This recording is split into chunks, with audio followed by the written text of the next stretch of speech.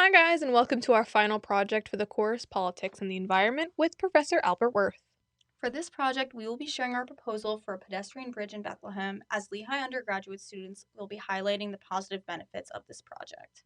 Bethlehem is in desperate need of a pedestrian only bridge to improve community engagement, improve local environmental concerns, and to improve the quality of life for residents in Bethlehem, both on the north and the south side. Let's dive right into the problem. Bethlehem needs a pedestrian bridge, and they currently do not have a safe walking route to get to the north side, but this issue could be solved through the building of a pedestrian bridge. As we stated, Bethlehem has no means for a safe or pleasant walk to get across the river. As a result, there have been many dangerous encounters between pedestrians and drivers. The unsafe roads provided put pedestrians and cyclists at risk for being seriously injured or even killed by simply trying to commute without a motor vehicle. For example, you can see here in this video playing, a man is simply trying to commute and his life is eventually put at risk because there is no accessibility to a safer route. Moving on to our second reasoning for why Bethlehem needs a pedestrian bridge are for the environmental benefits. Under the environmental benefits umbrella, we have three main points: connections to nature, our carbon footprint, and sustainability. The first being connection to nature. Through implementing a pedestrian bridge, this would attract residents who are pro nature / wildlife to utilize the bridge, as well as establish a way of life that is ingrained more in nature. The bridge can also feature planters and other green areas around the bridge. Another reason why the bridge is very necessary is because it gives people a direct connection to nature, giving people more exposure and hopefully in turn more incentive to take care of the nature surrounding. Moving on to our carbon footprint, a pedestrian bridge would substantially reduce emissions in the Lehigh Valley area. Some of the included emissions that would be reduced are SO2, PM10, CO2, and many more, which are all major contributors to air pollution and climate change. Lastly, sustainability. The bridge can be made in a sustainable manner through utilizing solar power for lighting, water catchment methods, and other environmentally friendly materials.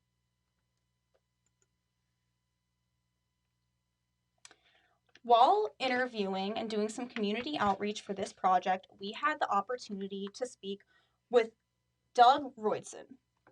He advocated for Plan A, which is demonstrated on the slide to the left. This plan is the most sustainable. It's the most sustainable option because it is the simplest and easiest to maintain over time. While talking with Doug, he gave us some insights, and he stated, the simpler the bridge, the easier to maintain, which means the more sustainable the bridge.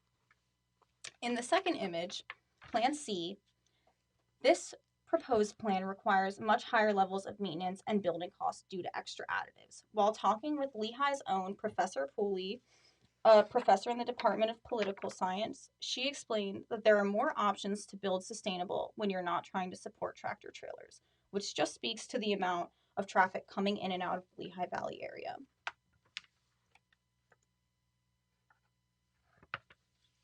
Moving on to our next point, in addition to sustainability, carbon footprint, and the last talked about point, adding a pedestrian bridge would catapult Bethlehem into a more bikeable city and significantly reduce vehicle travel by about almost 70,000 miles, specifically 67,000 fewer miles. The number of cars in Bethlehem increases every year, so alternative transportation is needed, and biking can help take cars off the road.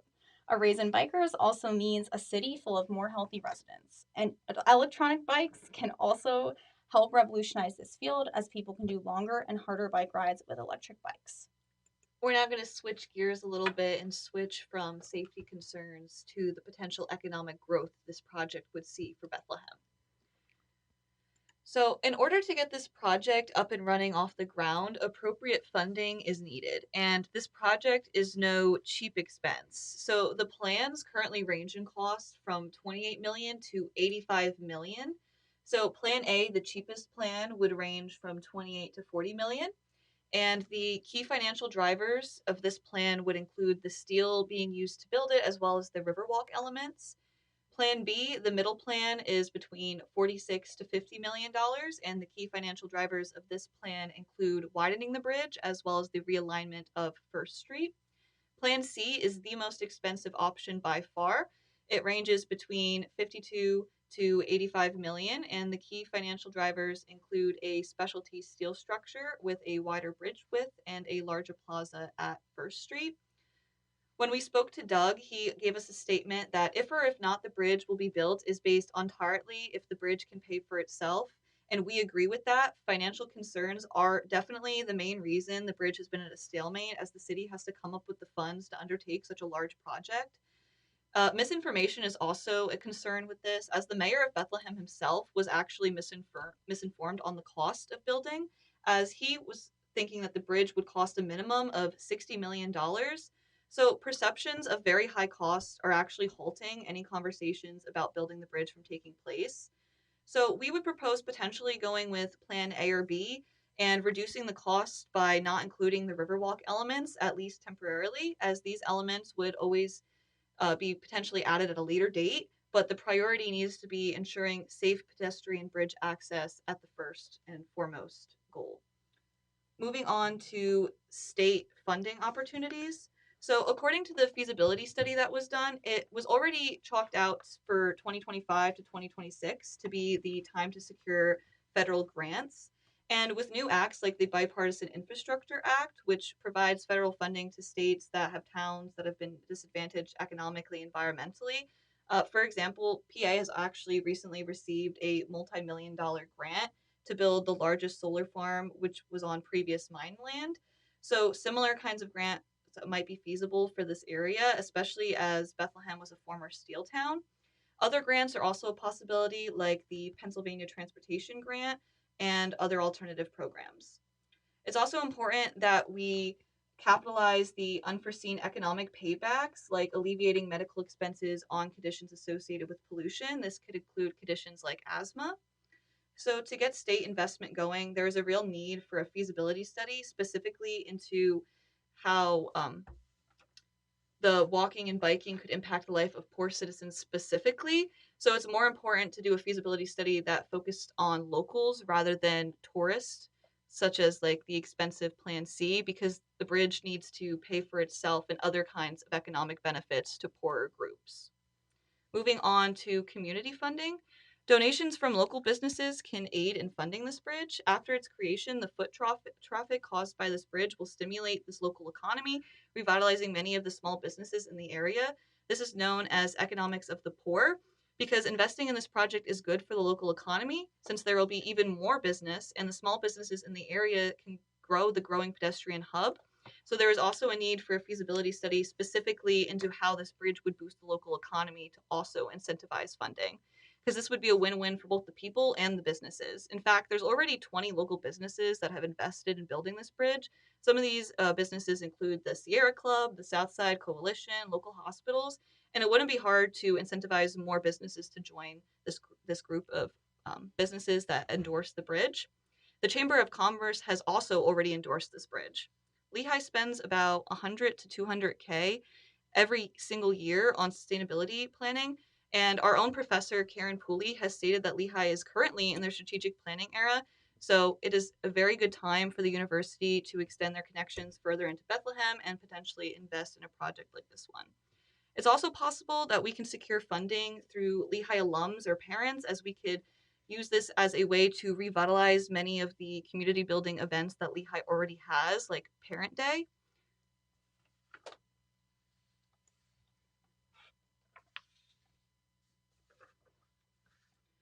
So, in terms of cutting costs, we've already mentioned that it might not be a necessity to include the Riverwalk, but it's also possible that improving connection points between the bridge and the road, which is a necessity, but it is possible that we can postpone those improvements to a later date if that is what is holding the bridge back from being built. Because once again, at the end of the day, our main goal is to get that pedestrian bridge built, and all these other things could be added at a later date.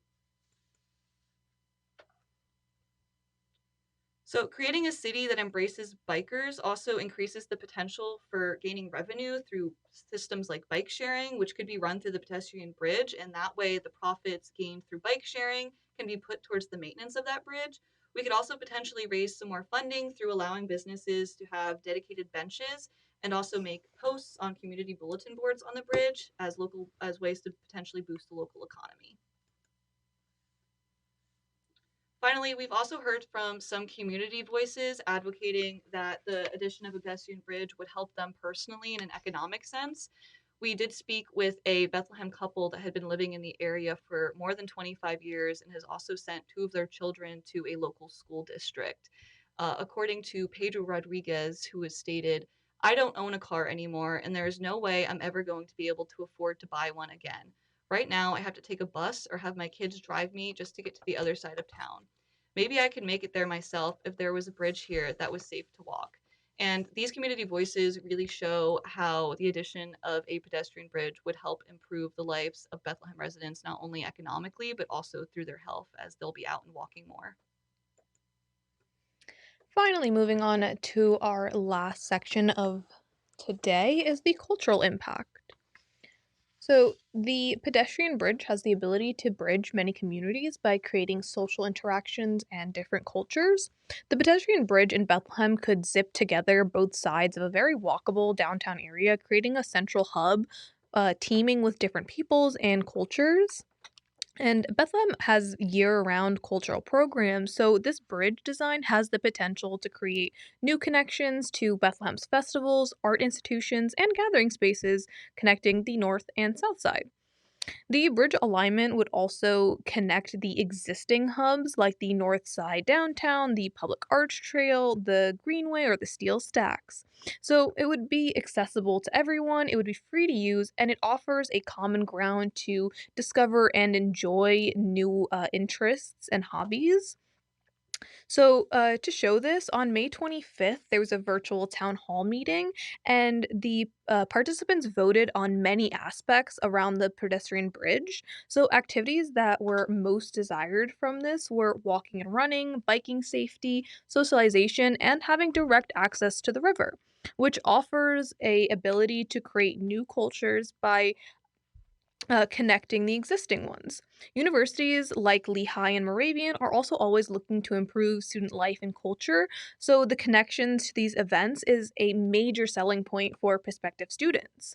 And a new walking or biking culture can start because of the bridge, reducing the current car culture we have in the area, which is very important as students often don't have access to cars, which further incentivizes funding from both Lehigh and Moravian for this project. In addition, the bridge has the ability to connect the people and community of Bethlehem to the river and its expansive nature. Lehigh River has historically shaped the area, including its industries, trades, transportation, and just daily life. But over time, as the industrialization era took over, both sides of the banks and Bethlehem really turned its back on the views, the experiences, and the resources that the river actually has. So, to show this, a scavenger hunt, which ran from May 25th to August 31st in 2001, allowed people to explore seven different sites within the area to study and get a feel for. These areas included things like Main Street in the Historic District, the South Side Arts, the Steel Stacks, the Canal, and many, many other things. The key findings of a lot of this showed that 86% of the people who participated felt that it was either somewhat or very important that the bridge connect to the city's historic and cultural resources, which is also further evidenced by the locations that the participants eventually had to draw on the map at the end of the survey, which highly reflected that of their wants and needs. And the top activities that came out from the study showed that people wanted access to the water for things like boat rentals, canoeing, fishing, picnicking, and just like concerts and music festivals that are already within the city. And when they asked about what features that they would like integrated like onto the bridge, several very clear preferences came up. Many people wanted to see Bethlehem's rich history, including the influences from Moravian, from the bridge, and allowing those aspects to shine through, such as like the famous steel stacks, which obviously got Bethlehem on the map. They also wanted a comfortable place to sit with good lighting that allowed for safe lanes of travel for pedestrians, bikes, and those with wheelchairs, which also leads us into our next point of the community surveys that were taken. So, when looking at these surveys, people endorse the Webster Street location the most because it provided the most centralized access to both locations on the south side and the north side. On Bethlehem south side, it would be near the steel stacks, which was near the middle and or north sides. And it would also only be a 6 to 8 minute walk for many key locations like Lehigh, the Banana Factory, Ice House, and the Steel Stacks, which is appealing to both locals and tourists as you see more of the kitschy items as well as the more community based items. And this bridge proposal would also go by key locations like the Greenway and public libraries and local restaurants, which could serve to be a really good incentive for the local community to further invest in the bridge. As well as incentivizing people, we also took a look at the different kinds of plans that were offered. So Plan A, which was the cheapest plan, was not wide enough to potentially accommodate a dedicated bike lane and or a wheelchair lane on a pedestrian bridge, which, as we have obviously learned, is what the local people want, which is another reason why investing in option B might be worth a little bit extra money when it comes to the happiness of our community. Continuing on, local surveys also showed a strong want for a sustainable infrastructure and stronger community connections, but they rated social events pretty low. So people wanted more nature and sustainability from this future construction. And local workers have also been shown to be increasingly less tied to like their places of work and or employers. So they're more interested in like denser, more mixed areas where they can get around quickly and they can not only work but also live and socialize in these areas, making their daily lives considerably easier. And on the flip side, officials are considerably more interested in endorsing new events that will stimulate the economy, but their economy stimulation would come from an influx of tourists, which people do not agree with. And Doug Royston put this perfectly when he said, "Here's the problem. We asked for a feasibility study, and they gave us a study on what they considered important, which was tourism and the local economy and recreation. We don't want a recreation bridge." Therefore, inherently, the feasibility study is biased and prefers a tourist centered bridge rather than a pedestrian bridge like we are proposing. For our proposal, we have favored option B, which was also favored by the community at 47%. And option B is a nice mix in between option A and C, as it is not overly extravagant, but houses all the necessary things to make the pedestrian bridge accessible and wanted by the community. In order to show this, we did talk to a couple from the Bethlehem area, and Julie Rodriguez stated, "My kids grew up here. Their school was just a 5 minute walk from my house, but I drove my sons every day because I don't trust them to walk around here. I might have let them ride their bikes to school with some friends if it had been safer back then." Quotes like this exemplify the need for safety as well as the ability of the bridge to lower our carbon footprint as people are walking or could be walking these short distances but choose to get in their vehicles because that is all they have.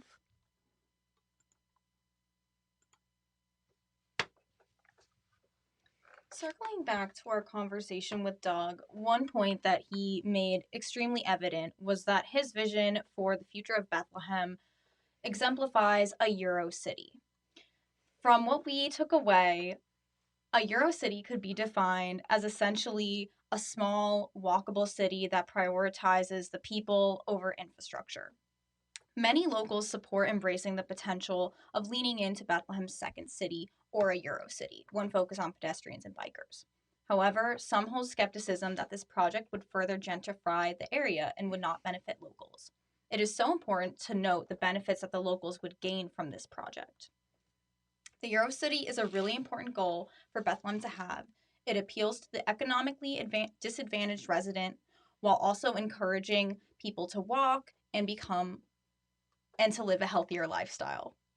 It is important to keep in mind that the bridge must be built with the interests of the locals in mind, as stated before, and not for tourists. Some locals also overlook the potential economic benefits that they would gain, as stated. And also, a really important thing to note, this pedestrian bridge would be something that helps people turn away from cars in the biggest way possible. For example, a lot of Bethlehem residents waste gas and money on parking to simply commute to work across the river for a minimum wage job. And these kind of costs are completely overlooked. Another example is that it could allow a family to go from having one car versus two cars.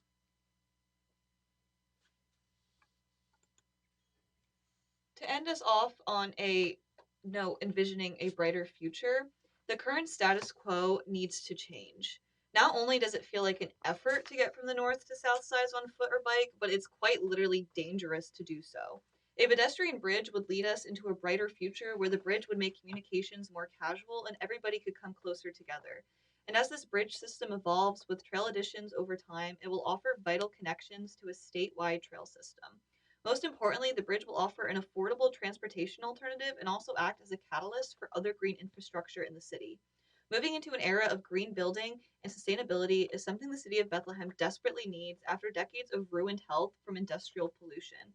The feasibility study estimated that if funds are acquired in the years 2025 to 2026, which, if we push Lehigh University as well as Moravian University for funds, this could feasibly happen.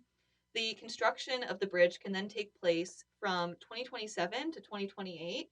So, as soon as the year 2029, the city can be embracing the use of a pedestrian bridge and bettering not only the environment, but their healths, the local economy, and many other unforeseen benefits. Thank you so much for joining us today. I am Nadine Bukhari, I'm Reese Cabanos. And I'm Grace Lankford. and we'll see you on the bridge.